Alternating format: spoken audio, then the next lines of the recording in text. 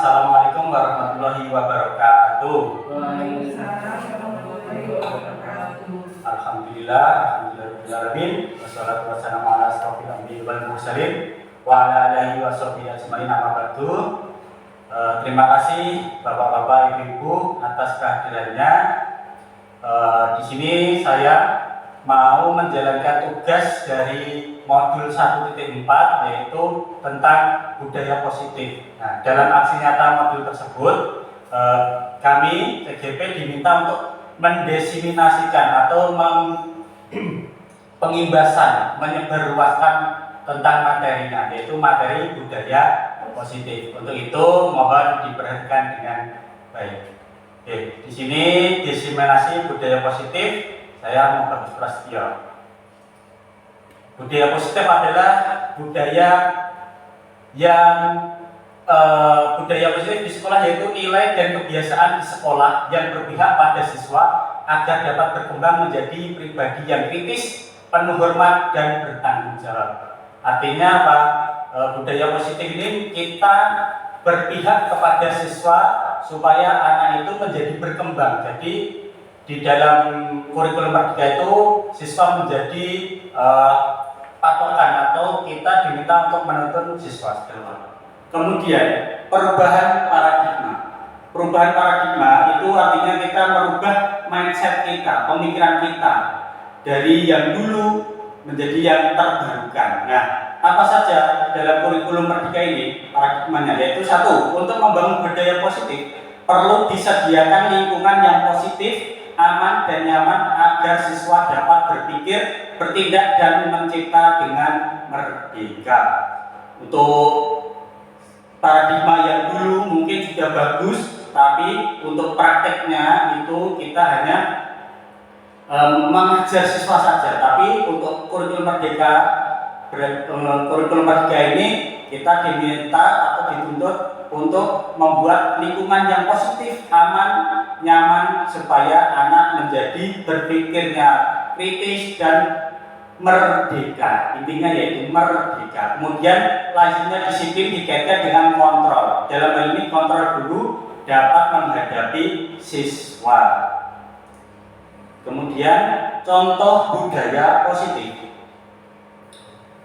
Yang pertama yaitu disiplin. Menurut Ki Hajar Dewantara, disiplin adalah disiplin diri yang memiliki motivasi internal. Jika kita tidak memiliki motivasi internal, maka kita memerlukan pihak lain untuk mendisiplinkan kita, atau motivasi eksternal, karena berasal dari luar bukan dari dalam diri kita. Untuk paradigma yang lama, pemikiran kita yang lama itu yang namanya disiplin yaitu taat aturan dan kaku seperti itu. Jika anak melanggar disiplin, anak tersebut akan dihukum. Tapi untuk kurikulum Merdeka ini tidak. Kita menyiapkan anak bagaimana anak itu disiplin dari dirinya sendiri. Jadi anak tersebut mampu untuk memotivasi dirinya supaya mereka disiplin seperti itu. Kemudian menurut Diane Gosen dalam bukunya Restructuring School Discipline menyatakan bahwa disiplin itu dari bahasa Latin yaitu disciplina yang artinya belajar. Kata disiplin juga berasal dari kata-kata yang sama dengan disiplin atau murid atau pengikut. Untuk menjadi seorang murid atau pengikut, seseorang harus paham betul alasan mengapa mereka mengikuti suatu aliran atau ajaran tertentu. Sehingga motivasi yang terbangun dalam motivasi intrinsik, bukan ekstrinsik. Ya, ini sama dengan Ki Hajar Dewantara tadi. Jadi disiplin ini memotivasi dari dalam diri siswa atau diri anak, dirinya sendiri, bukan dari kita paksaan ketika mereka salah mendapat hukuman seperti itu. Kemudian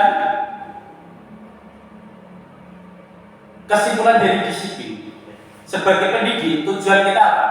Nah, tujuan kita adalah menciptakan anak-anak yang memiliki disiplin diri sehingga mereka bisa berperilaku dengan mengacu pada nilai-nilai kebajikan universal dan memiliki motivasi intrinsik bukan ekstrinsik. Artinya anak-anak tersebut, anak-anak kita nanti itu memiliki disiplin diri, memiliki motivasi diri, motivasi intrinsik untuk menjadi anak yang disiplin dengan nilai-nilai kebajikan universal. Nilai-nilai kebajikan universal akan kita pelajari selanjutnya. Kemudian budaya positif selanjutnya yaitu nilai kebajikan. Nah, nilai kebajikan ini dari kata nilai universal tadi.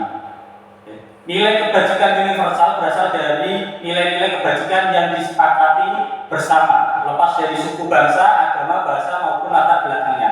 Nilai-nilai ini merupakan payung besar dari sikap dan perilaku kita, atau nilai-nilai ini merupakan fondasi kita berperilaku. Nilai-nilai kebajikan adalah sifat-sifat positif manusia yang merupakan tujuan nilai yang ingin dicapai setiap individu. Jadi nilai kebajikan ini sifatnya universal, terlepas dari perbedaan suku, agama, bahasa, dan lain sebagainya.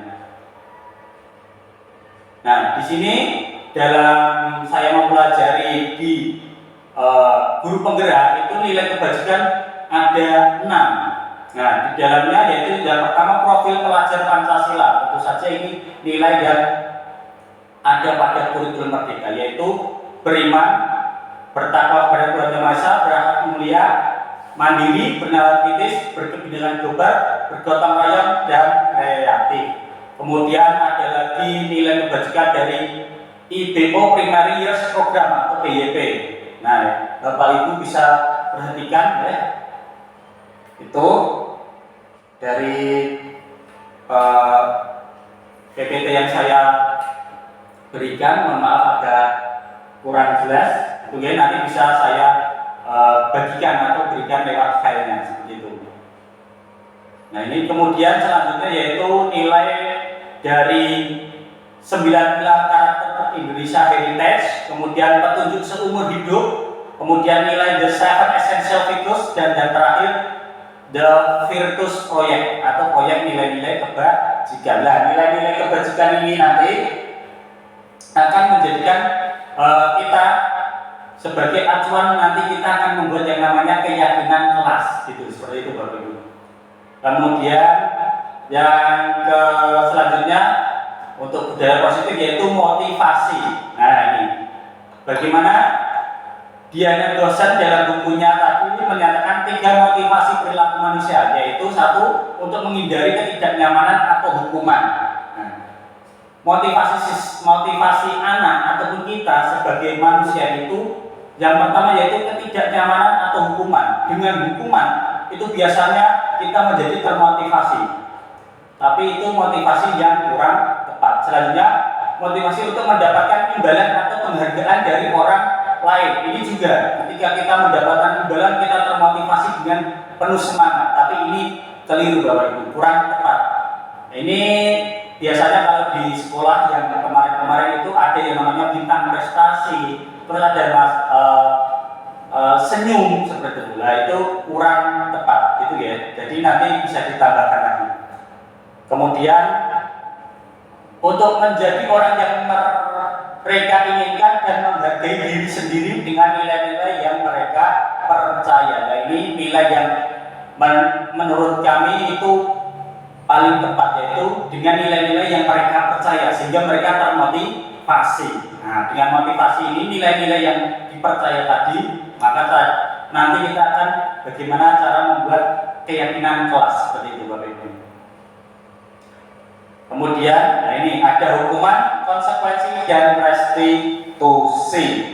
Ya, apa tuh bedanya? Nah, di sini bedanya untuk hukuman itu hanya satu pihak, ibaratnya itu kalau komunikasi itu satu arah. Jadi ketika ada tata tertib kita buat, kemudian anak melanggar tata tertib tersebut langsung dihukum, diberikan hukuman. Nah, itu kurang tepat. Kemudian konsekuensi itu ketika kita berdialog pada siapa membuat suatu keputusan tapi anak tersebut melanggar, nah, konsekuensinya itu sesuai dengan apa yang kita sepakati, itu juga kurang pas. Nah, yang paling tepat apa? Kalau menurut kami dipelajari dalam guru penggerak yaitu restitusi. Jadi tidak hanya kita membuat kesepakatan atau keyakinan kelas, tapi kita menjadikannya bagaimana cara anak tersebut untuk memperbaiki kesalahannya seperti itu. Jadi untuk restitusi itu lebih mendalam lagi, lebih memberikan anak bagaimana berpikir supaya memperbaiki kesalahannya seperti itu. Nah, di sini perbedaannya salah satunya saya sampaikan yaitu sesuatu yang menyakitkan atau harus terjadi untuk hukuman. Kemudian konsekuensinya sesuatu harus terjadi, dan restitusi merupakan pilihan. Artinya apa? Hukuman itu harus terjadi, kasih hukuman menyakitkan biasanya. Kalau konsekuensi itu yang sudah disepakati biasanya juga menyakitkan juga. Tapi kalau restitusi itu pilihan, memberikan pilihan. Bagaimana kalau cara menyelesaikannya? Anak diberi pilihan seperti itu. Kemudian tidak nyaman untuk menjadi murid, untuk murid. Nah, kemudian konsekuensi tidak nyaman untuk murid juga. Nah, kalau restitusi yaitu menguatkan untuk murid. Kemudian murid itu kalau dihukuman sebagai korban, ya. Kemudian kalau konsekuensi korban bisa diabaikan, tapi kalau restitusi korban bisa mendapatkan ganti. Jadi di dalam hukuman si korban ketika anak berbuat salah, korbannya itu mendapatkan keadilan. Tapi kemudian konsekuensi korban bisa diabaikan, ditokenya baik pelakunya yang menjadi sasaran. Tapi kalau untuk restitusi korban mendapatkan gantinya, karena apa? Pelakunya itu memberikan perbaikan atas kesalahannya terhadap korban seperti itu. Itu tadi bisa nanti saya sampaikan lewat file nanti. Kemudian untuk selanjutnya yaitu negatifnya hukuman, konsekuensi dan restitusi. Hukuman itu negatif sifatnya. Kalau konsekuensi itu netral dan restitusi itu positif. Selanjutnya, nah di sini keyakinan kelas. Nah tadi saya sudah sampaikan tentang nanti akan bagaimana cara membuat keyakinan kelas. Nah, keyakinan kelas di sini yaitu nilai-nilai kebajikan universal yang disepakati secara tersirat dan tersurat. Jadi tidak hanya lewat mulut, tapi juga kita tulis, nanti kita tampilkan di dinding kelas-kelas seperti itu. Jadi untuk nilai keyakinan kelas ini kita membuat kesepakatan kepada siswa bagaimana dan cara memperbaikinya ketika anak tersebut melakukan atau melanggar keyakinan kelas seperti itu. Nah, langkah-langkahnya yaitu keyakinan kelas. Ini mohon maaf. Ini pertama tentang keyakinan kelas itu apa Pak? Keyakinan kelas itu bersifat abstrak daripada peraturan yang lebih rinci dan konkret. Keyakinan kelas berupa pertanyaan-pertanyaan universal. Kemudian pertanyaan keyakinan kelas senantiasa dibuat dalam bentuk positif. Ya. Jadi dalam keyakinan kelas nanti kalimat-kalimatnya itu dibuat kalimat yang positif seperti itu. Kemudian keyakinan kelas hendaknya tidak terlalu banyak sehingga mudah diingat. Nah, jadi nanti membuatnya sedikit saja, tidak perlu banyak-banyak. Yang penting anak mempertanggungjawabkan dengan keyakinan kelas tersebut. Okay. Kemudian keyakinan kelas sebaiknya sesuatu yang dapat diterapkan di lingkungan tersebut. Ya, tentu saja. Kemudian semua warga kelas hendaknya ikut berkontribusi dalam pembuatan keyakinan kelas lewat kegiatan curah pendapat. Nah, jadi nanti anak-anak mencurahkan pendapatnya tentang keyakinan kelas yang akan disepakati. Bersedia meninjau kembali keyakinan kelas dari waktu ke waktu. Jadi keyakinan kelas itu sifatnya tidak monoton, tidak satu untuk seterusnya. Jadi nanti bisa dibuat kembali dengan keadaan, situasi yang pada saat itu. Nah ini prosedurnya. Yang pertama yaitu kalau kita di kelas ya, kita mempersiapkan ya murid-murid untuk bercurah pendapat tentang peraturan yang disepakati. Jadi nanti kita memberikan anak ini yang teori yang telah saya laksanakan itu anak kita beri kertas, anak kita berkelompok, kemudian beri kertas, kemudian anak tersebut menulis peraturan-peraturan apa toh yang ingin dia laksanakan di dalam kelas tersebut. Kemudian mencatatnya. Nah ini mencatatnya di papan tulis atau di kertas besar tadi. Kemudian susunlah keyakinan sesuai prosedur pembentukan keyakinan kelas. Gantilah kalimat-kalimat dalam bentuk negatif menjadi positif. Nah ini biasanya kemarin waktu saya melaksanakannya itu biasanya anak itu membuat kata-katanya negatif. Kata negatif itu biasa tidak, jangan, terus dilarang gitu. Dilarang makan di dalam kelas. Nah itu kurang pas. Jadi nanti kita menjadi kalimat positif. Misalnya dilarang makan di kelas. Kita ganti boleh makan di kelas asal izin guru, seperti itu. Ya.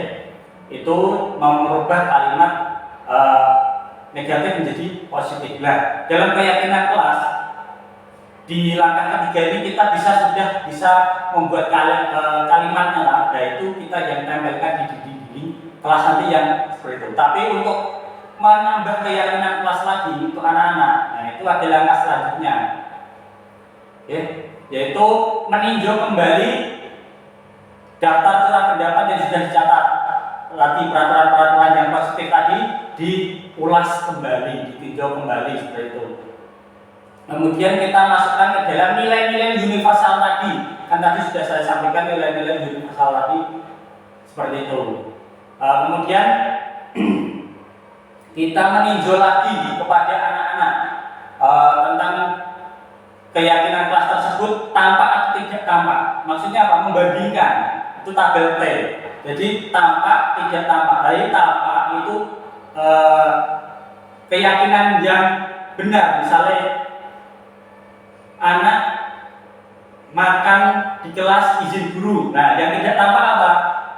Anak makan di kelas tidak izin guru. Nah, kita memperkuat lagi keyakinan anak tersebut. Kemudian selanjutnya yaitu kita menanyakan tugas guru dan tugas siswa. Nah, jadi untuk memperkuatnya lagi kita menanyakan tentang tugas guru dan tugas siswa, apa saja tugas-tugasnya ini, tapi ini tidak perlu ditulis, dan ditulis hanya sampai di langkah ketiga tadi.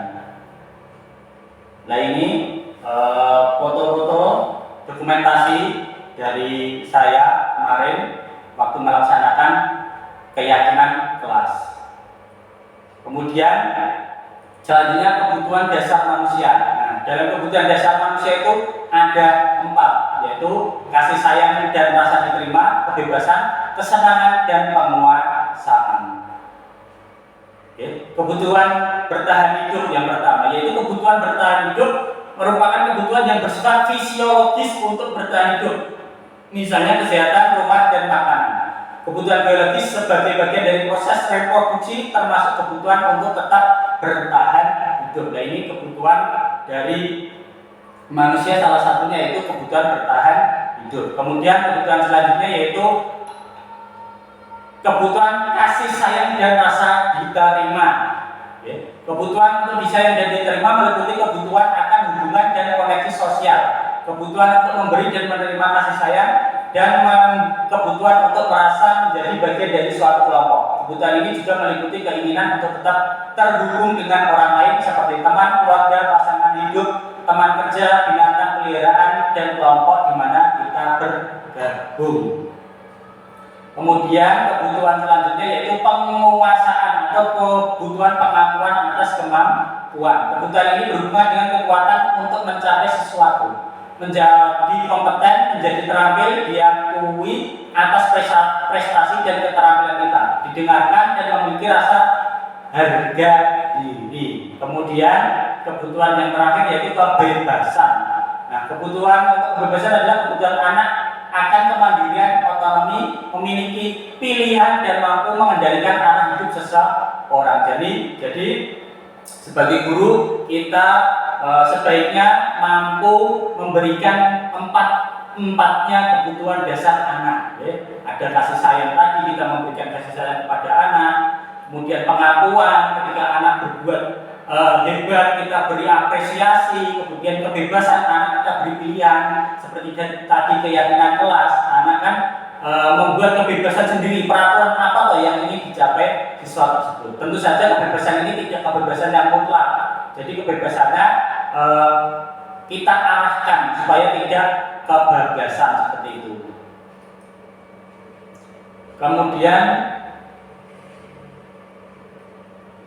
kebutuhan akan kesenangan, yaitu kebutuhan anak untuk senang, yaitu dengan cara anak itu kan kesenangannya yaitu salah satunya bermain. Jadi kita memberikan kebutuhan anak tersebut.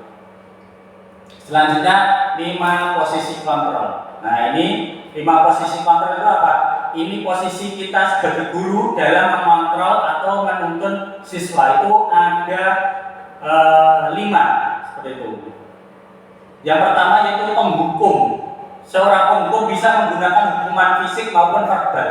Orang-orang yang menjalankan posisi penghukum senantiasa mengatakan bahwa sekolah memerlukan sistem atau alat yang dapat lebih menekan murid-murid lebih dalam lagi. Nah, contohnya ini, patuhi aturan saja, aturan saya, atau awas. Nah, di sini hukum biasanya bersifat fisik atau memberikan rasa yang tidak nyaman. Nah, apakah kita sebagai guru itu juga menghukum? Nah, tentu saja ini bukan posisi kontrol yang diinginkan dalam kurikulum Merdeka ini. Yang kedua yaitu membuat merasa bersalah. Jadi guru membuat anak itu merasa bersalah seperti itu. Nah, itu juga menurut yang kami pelajari itu bukan posisi guru yang benar seperti itu. Jadi membuat anak merasa bersalah itu hasilnya apa? Anak akan merasa bersalah telah mengecewakan guru-gurunya, kemudian dia akan merasa insecure, gitu, seperti itu. Itu akibat dari anak kita buat menjadi merasa bersalah. Kemudian posisi kontrol kita teman. Nah, ini guru menjadikan anak menjadikan gurunya sebagai teman, atau kita memposisikan diri kita sebagai teman untuk anak. Nah, itu juga kurang tepat. Karena apa? Ketika kita menjadikan anak itu teman hanya sebagai teman, itu nanti kemungkinan besar anak akan melonjak atau rasa hormatnya itu akan berkurang. Jadi ini posisi kontrol guru yang kurang tepat.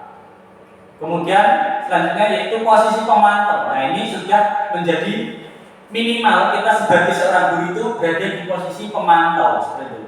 Ya, memantau artinya mengawasi. Pada saat kita mengawasi, kita bertanggung jawab atas perilaku orang-orang yang kita awasi seperti itu. Pemantau berdasarkan pada peraturan-aturan dan konsekuensi. Jadi kita memantau, kita menanyakan ketika anak berbuat salah, kita tanyakan salahnya apa seperti itu. Kemudian yang terakhir ini posisi ideal dari seorang guru, yaitu sebagai manajer. Posisi manajer adalah posisi di mana guru berbuat sesuatu bersama dengan murid, mempersilahkan murid mempertanggungjawabkan perilakunya, mendukung murid agar dapat menemukan solusi atas permasalahannya sendiri. Jadi ketika anak berbuat salah, itu kita memposisikan kita bersama anak mendiskusikan bagaimana cara anak tersebut memperbaiki. Kita memberikan pilihan anak tersebut untuk memperbaiki kesalahannya. Itu posisi ideal dari seorang guru. Seperti itu. Kemudian, nah ini perbedaannya. Mohon maaf kurang jelas deh. Nanti bisa saya tunjukkan berikan filenya. Guru berbuat ketika penghukum itu menghardik, menunjuk-nunjuk, menyakiti, seperti itu, biasanya seperti itu. Kemudian kalau pembuat rasa bersalah itu berceramah, menunjukkan kekecewaan yang mendalam, misalnya, nah saya sangat kecewa terhadapmu karena tidak mau mendengarkan Pak Guru. Nah itu kan membuat anak merasa bersalah, nah, itu kurang tepat. Teman membuatkan alasan-alasan untuk murid-muridnya. Jadi sebagai teman, ya, teman itu biasanya seenaknya sendiri, kadang ngomongnya itu kurang sopan karena dianggap teman sendiri. Kemudian pemantau yaitu menghitung dan mengukur. Nah, guru untuk mengukur anak-anak tersebut, menghitung. Oh ini nanti anak bagaimana? Nah, ketika berbuat salah ditanya-tanya atau di cara-caranya apa itu? Ditanya tentang apa kesalahanmu seperti itu. Lalu untuk manajer mengajukan pertanyaan-pertanyaan yang sesuai dan nantinya pada endingnya nanti bersama siswa menjalankan solusinya bagaimana itu.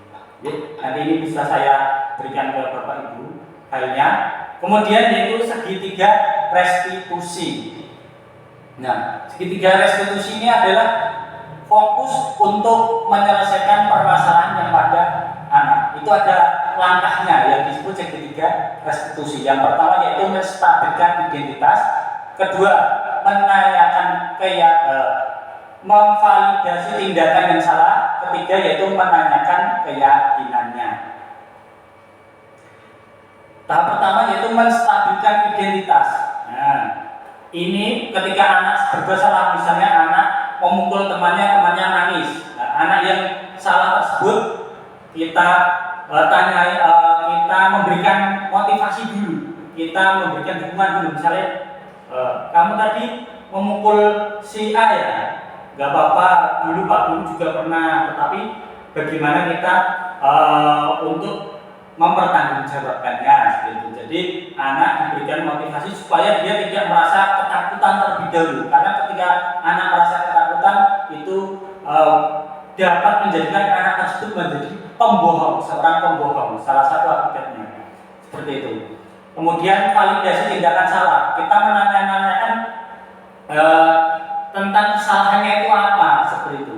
Contoh pertanyaannya itu, padahal kamu bisa melakukan yang lebih buruk dari ini ya, kamu pasti punya alasan mengapa melakukan hal ini. Nah, seperti itu. Jadi ditanyakan kesalahannya itu apa, seperti itu. Dan yang terakhir yaitu menanyakan keyakinan. Nah, ketika kita sudah memvalidasi tindakan, kita menanyakan keyakinan. Yakinnya, nilai-nilai kebajikan yang baik itu bagaimana? Misalnya kayak tadi memukul tadi, kita menanyakan ke anak tersebut, memukul itu boleh apa tidaknya? Tidak boleh. Kenapa kok tidak boleh? Karena dosa. Nah itu keyakinannya karena dosa, seperti itu. Jadi kita menanyakan keyakinan anak, sehingga anak nanti akan berpikir bahwa ketika dia melakukan pemukulan dia akan merasa berdosa, seperti itu. Nah ini contoh yang pernah saya laksanakan segitiga restitusi. Ini tugas demonstrasi kontekstual atau tugas dari CGP kemarin tentang segitiga restitusi. Ya, terima kasih Bapak-Bapak Ibu atas perhatiannya, meluangkan waktu pada siang hari ini. Kurang lebihnya mohon maaf. Bila itu Assalamualaikum warahmatullahi wabarakatuh.